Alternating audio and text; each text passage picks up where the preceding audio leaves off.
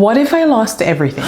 Not just my entire plant collection, but what if I lost everything that I used to care for my plants? My tools, my accessories, my shelves, everything. What would I repurchase? What would I deem as a game changer or a lifesaver? What would I deem as something that's nice to have? And what would I feel is a regret and skip altogether? These are the questions that we're going to answer in today's video. Hi, my name is Stephanie. I love collecting houseplants and sharing my thoughts and observations with you. I was inspired by Jenna's video. I'm pretty sure you probably have already heard of Jenna's plants or seen Jenna's video, and it was about her ranking all of the tools that she had in her collection for her houseplants. I don't have a lot of things in my collection that I was influenced to buy from watching videos on YouTube, so I don't have a whole bunch of things that I feel like I need to de-influence you on. I would like to share a log of everything that I have ever used for my entire collection, and now that I've been collecting houseplants for 5 years, I feel a little differently about some of the things that I got in the beginning or even a year ago. All the things that I used to care for my houseplants,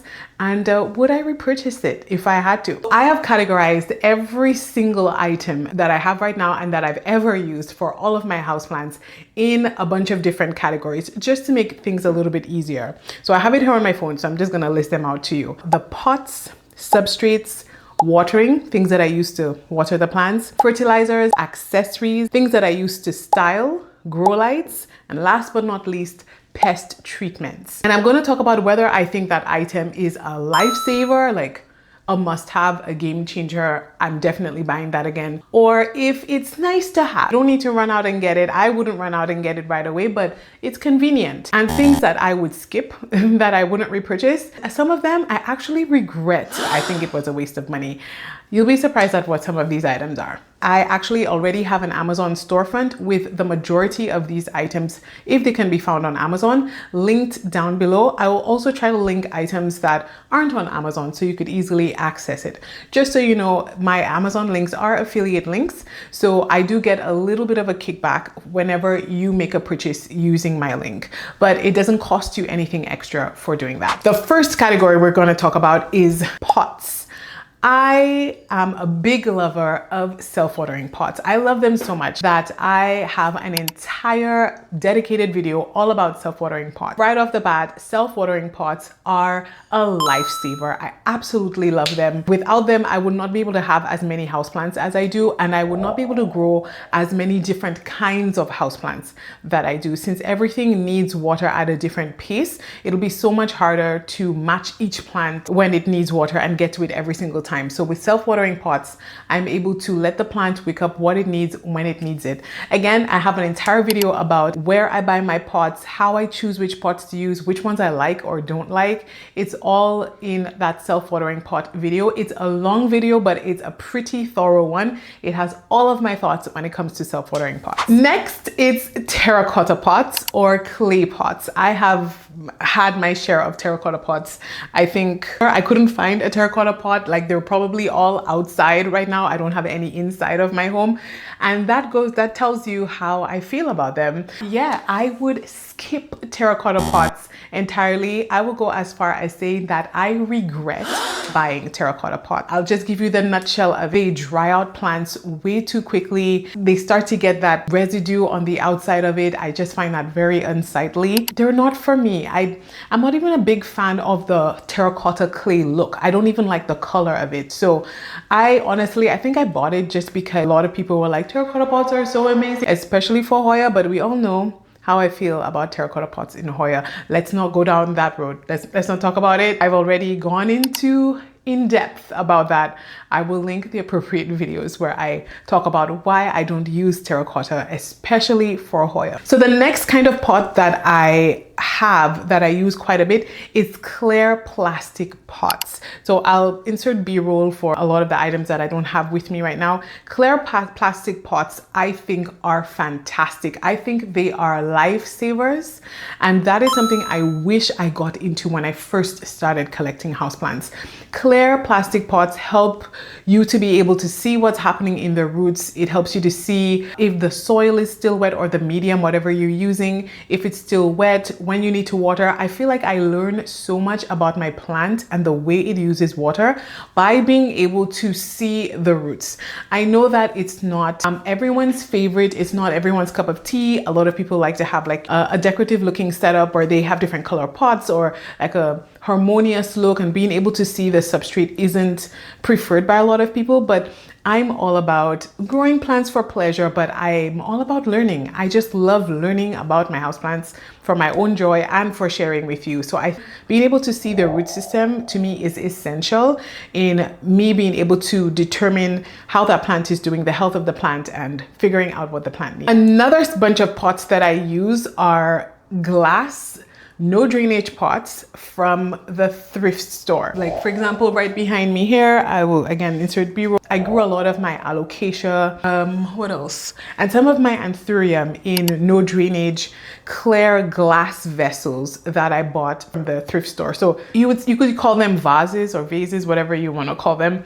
And I think those are nice to have. Again, I think having a clear vessel is a lifesaver. I don't think you need to have no drainage. Again, no drainage, I think, depends on your growing preferences and I think skills, because you can mess up a plant with no drainage.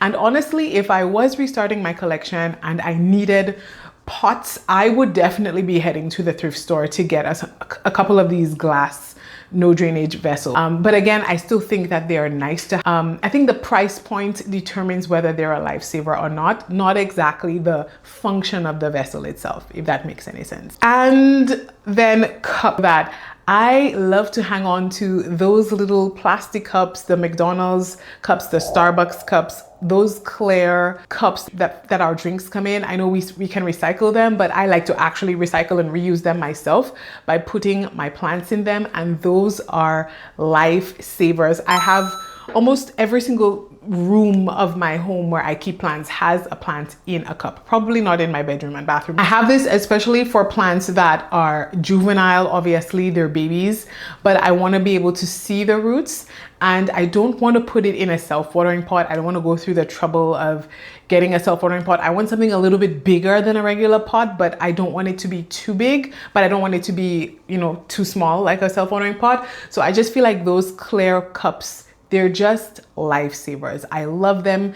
They're free when you recycle them and you reuse them. They're absolutely free. If you sell plants, you can put plants in them to sell or give away. Excellent for propagating. They're fantastic. Some people think they're an eyesore, but I'm just more of a functionality type of person over style. That's just my preference. I feel like style is a luxury to me. And in this day and age where everything has a price tag, I just feel like I lean into functionality a little bit more than anything else. But this is our first category done, pots. So the next category is substrates. And again, this one is a little bit of a smaller category. There are some substrates that I have purchased and I have some substrates that I make. So let's start with Molly's Aeroid Mix. If you have been here for a little while, you know that I love Molly's Aeroid Mix. I'll just pop up a picture, even if I can see a bag of it right there, like a almost empty bag. I absolutely love Molly's Aeroid Mix. Now, I was talking to my mom about it and I was asking her, would she categorize it as a lifesaver or a nice to have? Funny, she and I thought the same thing, although I didn't tell her what my opinion was. And I agree with her. She said that Molly's Aeroid Mix is a lifesaver. You're spoiled a little bit by buying a pre-made mix versus making it yourself or just using soil. But she and I agreed that Molly's Aeroid Mix, there's something about it that, I don't know, even when I try to replicate it, I can't quite get it just as perfectly as their mix. I feel like there's something about their mix that works perfectly for tricky plants, plants you can't figure out, plants you are trying to nurse back to health, plants you want to baby a little bit. I think Molly's Aeroid Mix is a lifesaver. Even if it's a little bit of a splurge. Splurge is a strong word, but you know, it's not as cheap as, like I said, as making it yourself. I think it's a lifesaver, and that's why I keep it, and I use it only for plants, like I said, that I find are tricky or need a little bit of extra help.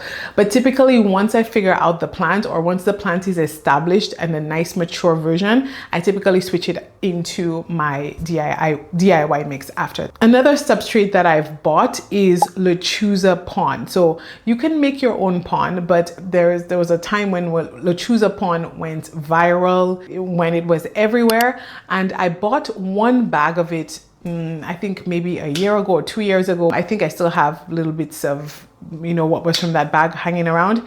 I think that is nice to have, and not even go back, but let's go forward. Going forward, knowing what I know now, would I buy Lechuza Pond? I would skip it. I would not repurchase. So in a way, I want to say that I regret buying it, because now I know what I know. I'm just like, I didn't need to pay that price tag for that. Making it yourself, I think that is a lifesaver. I think it's totally worth it. I don't think the elements are too expensive, but at least for where I live, I think for how much product you get and how much you're able to reuse the pond, it's not like soil that breaks down, and it's so easy to use. You pour it out of this, it's just so easy. I do think that Lechuza Pond, I would skip it. I borderline regret buying it. I think making it yourself, making your own substrate, is a lifesaver, and absolutely, I would recommend it. I would do that over and over again. But funny enough, when it comes to making your own substrate, I have videos of like my DIY aeroid mix. I know I have videos of me like fluffing up my soil or amending my soil mix. I think it's nice to make your own mixes. I think that's a nice to have. I don't think it's a game changer. I don't think you save so much more money by buying all of these elements to make your own mix. At the end of the day, I love my own mix that I use, but for plants that I think can handle my own mix, plants that I think are a little bit more resilient, I would put them in my own mix. But if I had the funds, I would buy mollies for all of my tiny plants. But for plants that I don't mind including soil, I think what is a lifesaver is perlite. Perlite or chunky coconut husk, those, having just one or the other to mix into your substrates to make them stretch and also to make them more aerated. I think those ingredients, either together or on their own, to amend soil mixes, I think that's a lifesaver. But do I think making your own mix is a lifesaver? Making your own substrate is a lifesaver? No. I think that is nice to have. Does that make any sense? But when it comes to my big plants, like my fiddly fig, my trees that use a lot of substrate, Molly's aeroid mix for an entire tree, like no. So that's where I would just use soil and just add chunky perlite to it to amend the mix, but that's it. Okay, and that's it. That's it for substrates. I think I'm going through this quickly. I didn't want to make this video too long. When it comes to watering, what items do I think are lifesavers, nice to have, or skip? Let's go back to the basics and talk about your good old-fashioned watering can. If I had to lose everything and restart, would I buy a watering can of any kind? Either this or the bigger ones.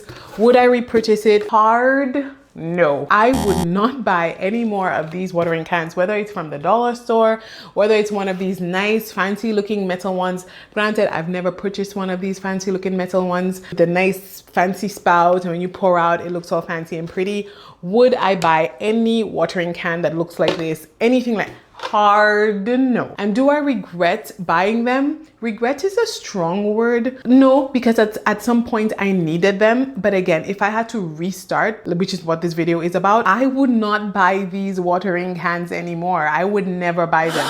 I have my houseplants in many different rooms of my home. It's just not realistic for me to walk around with that tiny little watering can it's just not realistic. It was a nightmare and a pain, and a lot of my plants were underwatered because I didn't enjoy having to refill that thing every single time. How will I water my plants then? Well, since you asked, a lifesaver was my spray can. My mommy, thanks mommy, she bought it for me as a gift, and I absolutely love it. And she told me, let me know how you like it, and then maybe I'll buy one for myself. but she didn't buy one for herself. And the next item I talk about will tell you why. It's a little bit of a luxury, once again, to have a spray can, but especially for people who have their collection spread out throughout their entire home. If you just have like a couple of houseplants, you know, you just dabble a little bit, maybe a watering can will be best for you. And what I love is that it has different nozzles at the top. And before, when I thought of a spray watering can when viewers would recommend it to me, I was thinking of something that like sprayed water everywhere, would get all over my walls, etc. And I was also thinking of one that you have to pump by hand. The one that I got, one that I saw Wild Fern using, I got the exact one she has. I didn't know that there existed the kinds where you can plug them in, recharge them, and then you can have control the nozzle and just have a nice smooth flow. I didn't know that, and I absolutely love it. Another thing that I have used and I have purchased were these 5-gallon bottles, 5-gallon water bottles that, you know, are used for water coolers. And then I bought an automatic water dispenser. Would I say this was a lifesaver, nice to have, or would I skip it? When I first got it, I would have said it was a lifesaver. When I first got my watering can, the electric watering can, I would have told you that I regretted buying it, because the entire setup of buying 2 of these big bottles were more than the cost of the watering can. True, I didn't buy the watering can, but still. And the reason I say that is because I got 2 of those before I got my watering can. So if you were just getting one of those, I think it's very nice to have. It is a very big reservoir. What I would do is I would take plants to the dispenser and just fill up from there. I found that was so easy, and I have one on each floor. I think it's great for small plants. I have plants in self-watering pots and you just need to refill the reservoir. I can easily just pop them off, refill it, and then easy peasy, because I don't top water plants in self-watering pots unless they're in pond. I open the res and fill it in that way. A very, very nice to have. But if I had to pick one or the other, I will definitely pick the sprayer. And I think it's a luxury to have both. Makes it so much easier to reduce how many times I have to refill the sprayer. It's just nice to not have to refill it as often as I probably would need to if I didn't have the other 2. That's it for watering. And we already talked about self-watering pots that I feel like are lifesavers. The next category is fertilizer. An interesting one. The first fertilizer I think I ever used for my houseplants was one called Marfil. That's the name of it. That fertilizer was really nice. I did notice my plants respond positively to that fertilizer.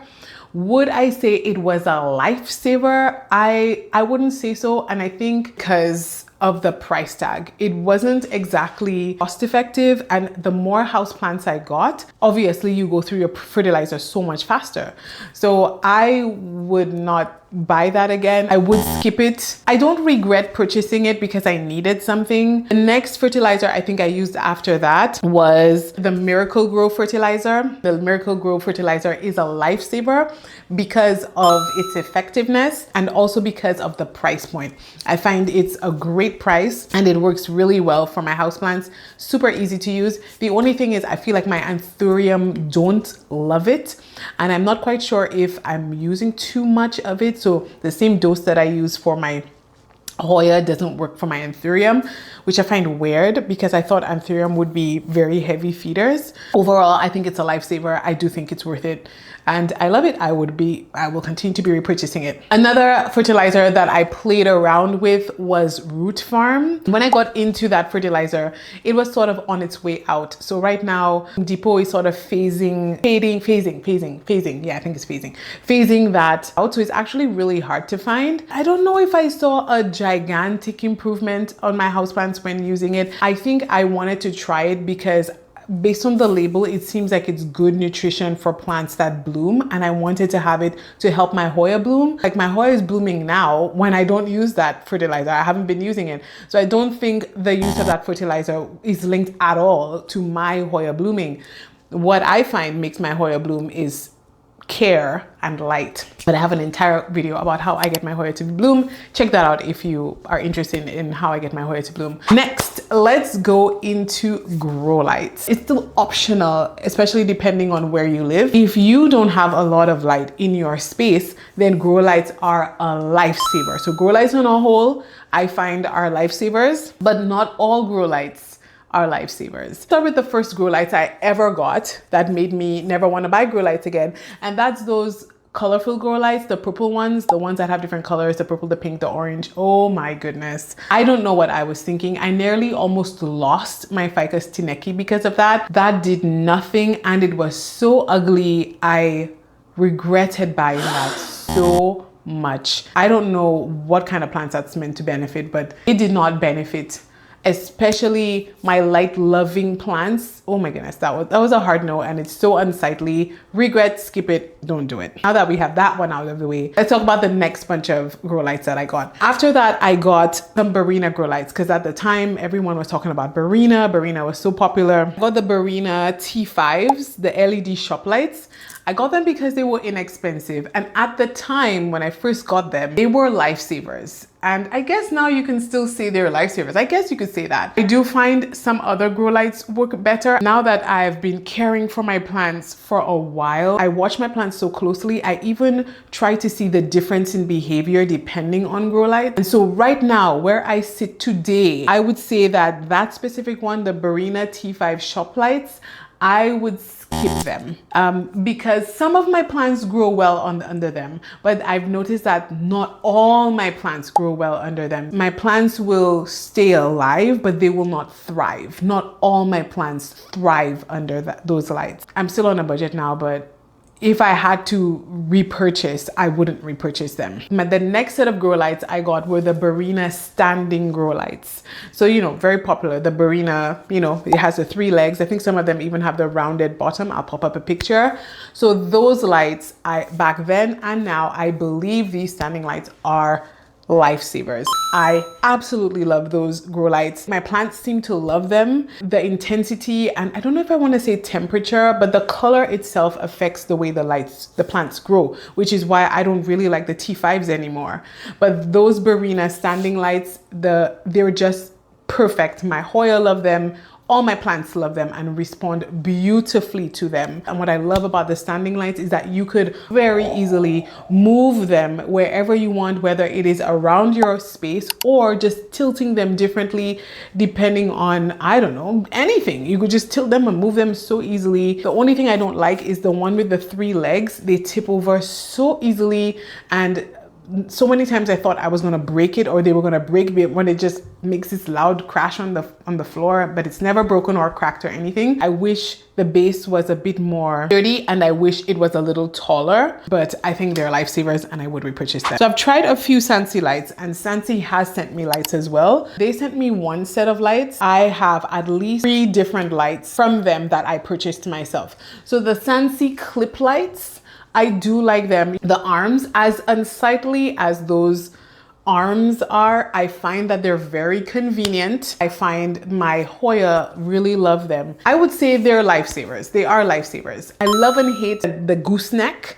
that you can move around, but I do think they're lifesavers. They give a lot of light. The plants seem to enjoy the light that comes from them. Another set of Sansi lights that I have that I bought for myself are the clip ones, but not the ones with the long gooseneck, the ones that's just for like one plant, the one with just one little light. I have 2 of them and I would skip. Do I regret buying them? I dare say yes, I regret buying them. I don't find that they give enough light to a plant, especially if it's relying only on that light. Either my plant declines or I can see my plant pulling in a different direction where it probably think it's getting a bigger light source. I would keep them because I feel like there could be a rainy day. I do feel like it has its purpose for maybe the tiniest plant, but if your plant is anything but extremely tiny, that light cannot. Another bunch of Sansi lights that I got were the puck ones, the ones that you sort of just stick onto places. I bought it. I think I was a bit underwhelmed That was maybe a year and a half ago. And that was before I even got like the standing Barinas and all of that. And I returned them because I was underwhelmed. I do think the puck lights are more powerful than the little gooseneck ones I was talking about. I don't like that you cannot move them around, right? They're just stuck there. So for me and my use, what I would need them for, I would skip it. And then I got a new kind of Barina grow light, the Barina T5s. It's funny, they're also called T5s, the 40-watt grow light. And I love those 40-watt ones. I love the color of them. My plants respond nicely to them. And yes, I would repurchase them. I do feel like they are lifesavers and I love having them in my collection. I actually wish that I could replace all of the older T5s with them, but I can't really justify, you know, and I don't really want to sell those older ones. I just feel like they're a bit too old now to sell to somebody. I probably could, but anyways, another thing that I have for my grow lights are smart plugs. Smart plugs are plugs that you plug into a plug, round outlets that you put into a plug, and then you plug your grow lights into them and they connect to apps in your phone, and you can control and even set timers and schedules for when your lights turn on and off.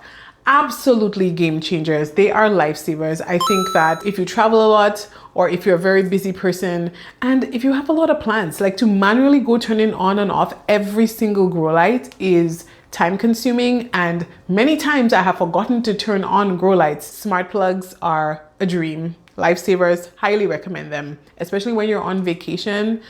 Just the peace of mind of knowing that your lights are going on and off. I love it. So let's go on to styling. Things like shelves, hangers, things like that. Just anything to style your plants. I get a lot of questions about the shelves that I use and the cabinets that I use. Let's start with the shelves that I use. So the shelves that I use here are IKEA shelves. Vitjo, I think they are. And I know like they're extremely popular. Everyone has them. I think a lot of people are even tired of seeing them in videos and online. And I see people are now moving into wooden shelves, just regular looking shelves, and putting plants on them and putting grow lights on them. Would I repurchase the IKEA Vitjo shelves? And that is an absolute and resounding yes. They are lifesavers. Like I said, I'm all about function over style. I will dare say it's a waste of electricity to have plants sitting on shelves where the light cannot pass through, where you have to have a grow light for every single layer. Right here, like I don't know if you could see it, but I have Sansi grow lights. I have Sansi grow lights here, and they are beaming down and feeding the plants on this shelf and on the second shelf. And these are Alocasia down there. And Alocasia, they need bright light, but they don't need like, you know, like the amount of light that a Hoya needs. So point is, I just feel like having to have grow lights on every single shelf. Okay, maybe we have plants that need grow lights on every single shelf, but I just feel like so much light can pass through those glass shelves and feed the plants further down. I just feel like you will get so much better growth if your plants can soak in as much light as possible. I just couldn't. I just feel like it's such a waste to intentionally buy shelves where the light cannot pass through. You know, I think glass shelves are better use of resources. I'm not bashing anybody who prefers the aesthetically appealing look of non-glass shelves, but to me, to maximize the growth of my plants, I feel like I want them to have as much light as possible. I do have wooden shelves. You may have noticed that in some of my videos, but these shelves came with the house. I just painted them white and put plants on them. What about my IKEA Millsbo cabinets? I think the IKEA Millsbo cabinets are nice to have. All of my shelves are bought secondhand. I buy them off Facebook Marketplace. I scoured Facebook Marketplace and waited for a really good price on the ones I wanted and got them secondhand. I did not buy any but one IKEA Millsbo brand new. My husband gifted me my very first, was it the first one? Yes, my very first IKEA Millsbo. He gifted it to me. I think they're pretty decorative. I have never added humidifiers. I've never decked out my cabinets with humidifiers, fans, etc. I am not that type of plant parent to do that. I just don't feel like that's necessary. One thing I did try to do was add weather stripping. And so I got this weather stripping. I'll pop it up on the screen. That was a waste of money because it just keeps falling off whenever the humidity fills. I got one suggestion to like add things to it to help it to stick. But honestly, I know I've heard some say that if you don't weather strip the cabinets, they're just glorified shelves. But in all honesty, when I fill my cabinets with plants, I do feel, when I open them, I do feel a little bit of whoosh of higher humidity. And that's all I want. That's all I want. I don't need it to be a rainforest in there. I just want it to be a little bit of higher humidity for some of my plants and just have a little bit of protection in case there are outbreaks of pests in my collection. And then another weather stripping I've tried was those foamy ones. I don't know, I just cannot find the right size of them in Canada. They're always just way too big and the shelves can't close. The worst. Skip it, save your money. Another decorative piece that I have is the IKEA, the macro bar. I don't know, the tiny IKEA greenhouse. Well, we use it as a greenhouse. Skip it. I would totally skip it. I regret buying it.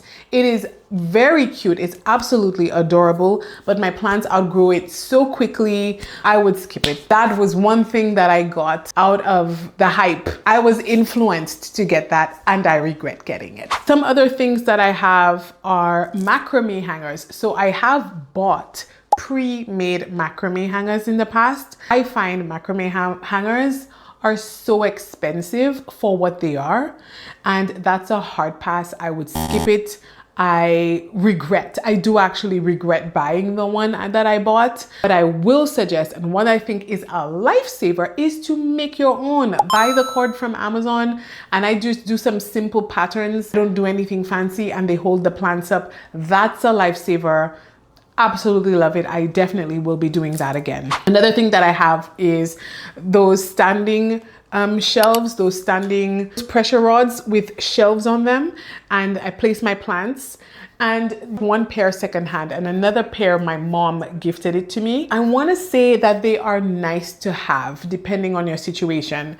I don't think they're lifesavers if you use grow lights or if you have lots of space or windows, but if you're in an apartment where you can't drill holes, or if you want to be able to move your plants around a lot, I do think they're lifesavers for people, but they're not lifesavers for me. Like for my mom, they're lifesavers. For me, they're nice to have. You should check out her collection tour.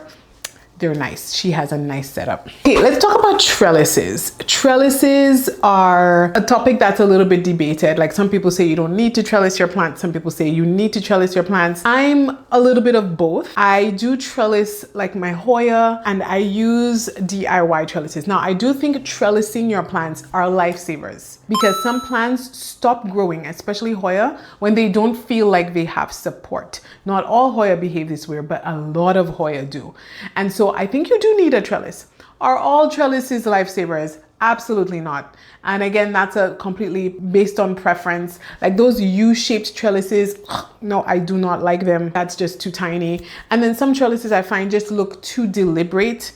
They just look so, you know, deliberate. It doesn't look very natural. I did get a nice new trellis from a brand. They sent it to me. They're called Tree Leaf, I think they're called, or Treleaf. I'm so sorry if I'm mispronouncing that, but they so kindly offered to send me a trellis and a tray. They're pretty cute. Originally, when they contacted me, I was like, I'm not a huge trellis person, and especially, like I said, I don't like deliberate looking trellises. I thought, you know what, let me just support a small business. Really, I'm smaller than them. They're like way more established than I am. When I got the item, it looked pretty nice. Like I was pleasantly surprised. It looked really good. I liked the feel of it. It felt good quality and it was making me excited. And then I followed them on Instagram, and the way they put plants on them, I was like, okay. So I'm excited. I haven't used it yet, but it looks nice. It looks nice. Would it be a headache to install? I don't know. We'll see. Would I use it for a couple of months and not like it afterward? I don't know. We'll see. But I was pleasantly surprised, and I was very happy after the fact that I had said yes to give it a try. So I'm definitely going to try to put some of my larger leafed Hoya on it and sort of wrap it through, and so that at some point you just see the plant, you don't see the trellis, and it looks like a tower. Oh, that would look so nice. Just thinking whether to do that with my Australis Lisa or my Latifolia. But yes, I do feel like there is a place for trellises. I don't love all trellises, but it's just like a personal preference, right? I do prefer to buy a wire. So buying from the dollar store, just like a round wire, that was a lifesaver. Just shaping it into the size that I wanted it to, big or small, for my plants, that was a lifesaver. That saved me so much money, like $4. And I've been able to make so many trellises from it. Again, it's not as pretty as like the tree leaf one. This was able to get me started. So getting a wire to make your own, that's a lifesaver. And I do have like a ladder in my bathroom hanging down off the ceiling of my tub where I wanted plants to vine and fall off of. That's a nice to have. I don't regret buying it. I think it's maybe just nice to have, I don't think I would skip it. I think it's cute and I like seeing my plants hanging off of there. But nice to have, borderline skip it, you know what I mean? Ooh, and another thing that I wanted to mention are trays. So for example, right here, I have those high-lipped trays. So they're almost like huge cups. They're big, and I set my plant in, and then that way I can water and not have to worry about how much water is left. I don't have to worry about it overflowing in the reservoir or in the tray. Those are lifesavers. I wish I bought more when I first saw them, but I didn't quite know I would love them so much, so I just got 1 or 2, and then by the time I went back they were sold out, and they've been sold out for a long time. But those trays, they're amazing. I see them selling at Home Depot for like double or triple the price that I bought mine for. No, I can wait. I'm patient. Accessories. Now I probably have this all twisted up. I probably should have, styling and accessories are quite similar. They call it sort of crossover, but anyways, we'll just stick to my list and see how it goes. I've never bought a humidifier for my plants. I was gifted one from a brand, and so humidifiers for my plants, I'm gonna say that humidifiers are nice to have, but I would skip it. Maybe if it was an especially difficult winter, maybe, but no, I wouldn't buy humidifiers. Moss poles. Now moss poles are very similar to trellises, and I guess I don't know why I put one in styling and one in accessories, and I think it's because I don't think moss poles are for style, at least the way I use moss poles. I think moss poles are, depending on the plant, they are a lifesaver. For most plants, they're nice to have. So for example, my Philodendron verrucosum, my Philodendron Jose Buono, I do think that they helped to keep those plants nourished. Even when maybe I didn't get to the reservoir fast enough, they help the leaves to grow bigger, faster. I think without the moss pole, those plants would not have flourished the way they did. And like I said, the moss pole inside of a self-watering pot, like that's like the most beautiful combination, because the self-watering pot does help keep the moss pole hydrated. So moss poles, I think, are lifesavers depending on the plant. And again, if it's a plant that doesn't really need a moss pole and you're doing it for fun, like a pothos or something, I do think they're just nice to have. They're lifesavers for delicate, fussy climbing plants. Next, a moisture meter. I'll make this quick and easy. Moisture meter, skip it, I regret it. Both of them. I got it because I was not confident at all in how to water plants. But I think if I was just a little bit more patient with myself, just trusted my gut, I think I would have figured it out. In the beginning, it was a nice to have just for my peace of mind, but it wasn't necessary. So I regret getting it and I skipped it. Another thing is rooting hormone. I know a lot of people still use rooting hormones or rooting pastes. I've never used a rooting paste, so I can't speak on it, but rooting hormones, before I used them, I used to think that that was just, you know, that's just not gimmicky, but it's unnecessary. And I used it and I was right. Unnecessary. I do regret buying it. I think I only used it for a couple of plants, and I find they just sort of rot the roots as well. Maybe I put on too much, I don't know. I don't think it's necessary. I completely regret it. Plant tape. So the green tape, all these things are downstairs, but I'll have to insert B-roll. Velcro-like. I do think plant tape is nice to have. It's not necessary. You can use rope. I have used rope before, but it cuts into the plant. So I guess I should say it's a lifesaver, because without it, anything else you use does cut into the plant.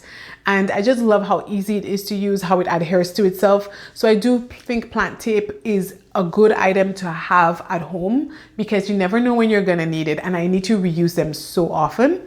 And you can just buy them at the dollar store. Plant tape is super cheap and easy to find. I do think they're lifesavers. I do think they're worth it. I think that's it for accessories.